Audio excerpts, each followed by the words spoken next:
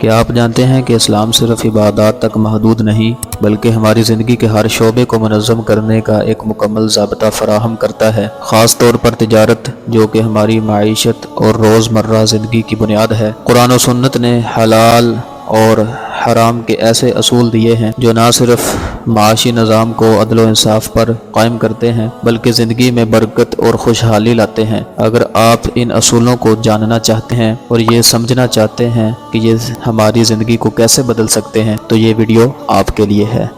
حلال تجارت کے اصول۔ اسلامی تعلیمات کے مطابق حلال تجارت وہ ہے جو شریعت کے اصولوں کے مطابق ہو۔ اس میں درج ذیل باتیں شامل ہیں۔ نمبر 1، صدق اور دیانت داری۔ تجارت میں سچ بولنا اور دھوکہ دہی سے بچنا ضروری ہے۔ نبی اکرم صلی اللہ تعالی علیہ وآلہ وسلم نے ارشاد فرمایا، سچا اور امانت دار تاجر قیامت کے دن انبیاء، صدیقین اور شہداء کے ساتھ ہوگا۔ نمبر 2، جائز اشیاء کی خرید و فروخت۔ تجارت میں صرف ان چیزوں کی خرید و فروخت جائز ہے جو شرعی طور پر حلال ہوں، جیسے خوراک، کپڑے اور روزمرہ کی اشیاء۔ نمبر 3، سود سے اجتناب۔ تجارت میں سود کی کوئی گنجائش نہیں۔ قرآن مجید میں فرمایا گیا، اللہ تعالیٰ نے تجارت کو حلال کیا اور سود کو حرام کیا۔ نمبر 4، معاہدے کی پاسداری۔ جو معاہدہ کیا جائے اسے پورا کرنا ضروری ہے۔ دھوکہ دینا یا معاہدے کے خلاف ورزی کرنا حرام ہے۔ نمبر 5، محنت اور انصاف۔ تجارت میں محنت سے کمانا اور قیمتوں میں انصاف کرنا ضروری ہے۔ ذخیرہ اندوزی یا ناجائز منافع خوری کی اجازت نہیں ہے۔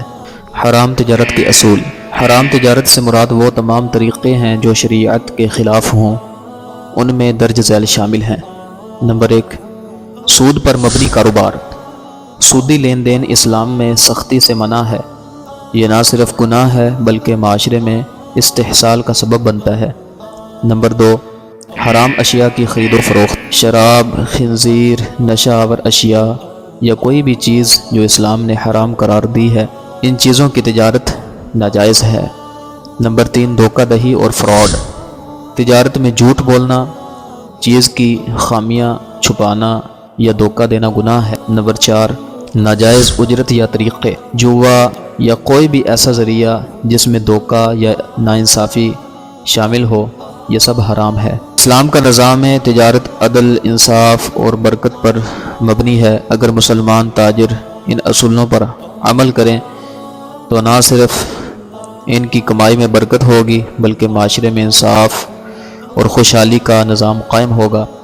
ہمیں چاہیے کہ ہم اپنی تجارت کو قرآن و سنت کی روشنی میں پرکھیں اور ہمیشہ حلال راستہ اختیار کریں تاکہ دنیا اور آخرت دونوں میں کامیابی حاصل ہو۔